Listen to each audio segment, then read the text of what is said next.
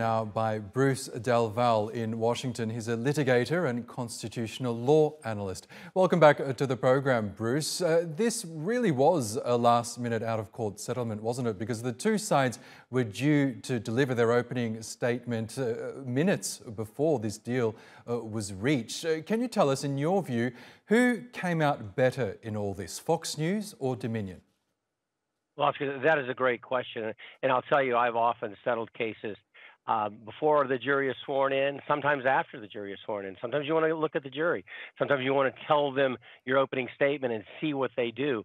But it's not that unusual. But as far as who won in this, it's a mixed bag. It's a very interesting, a very good question, because I will tell you this: Dominion Voting, their annual income is around $17.5 million.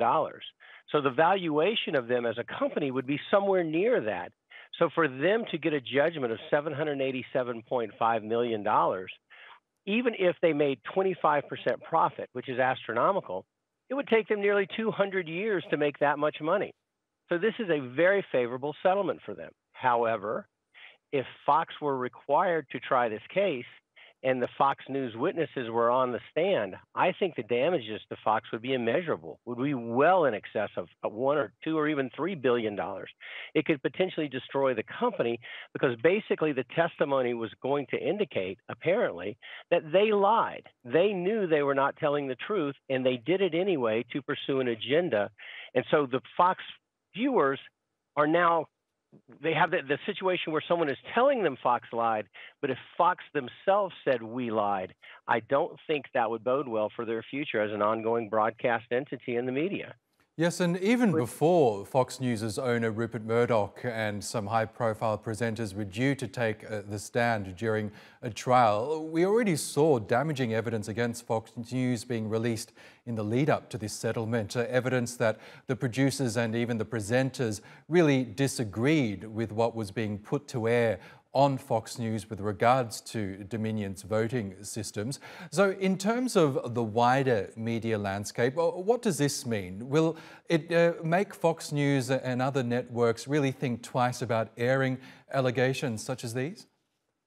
I think they will, but they have all along had these restrictions. The restriction of defamation against media, and it comes from the case New York Times versus Sullivan.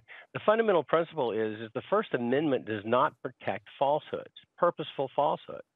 So under New York Times versus Sullivan, if the news media outlet broadcast information they knew to be false and they did it anyway, they could be held liable just like anyone else for defamation, libel and slander, because the First Amendment doesn't apply.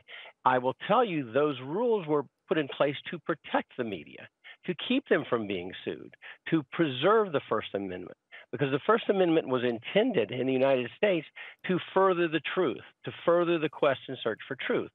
Knowing falsehoods, disseminating knowing lies, is antithetical to the truth.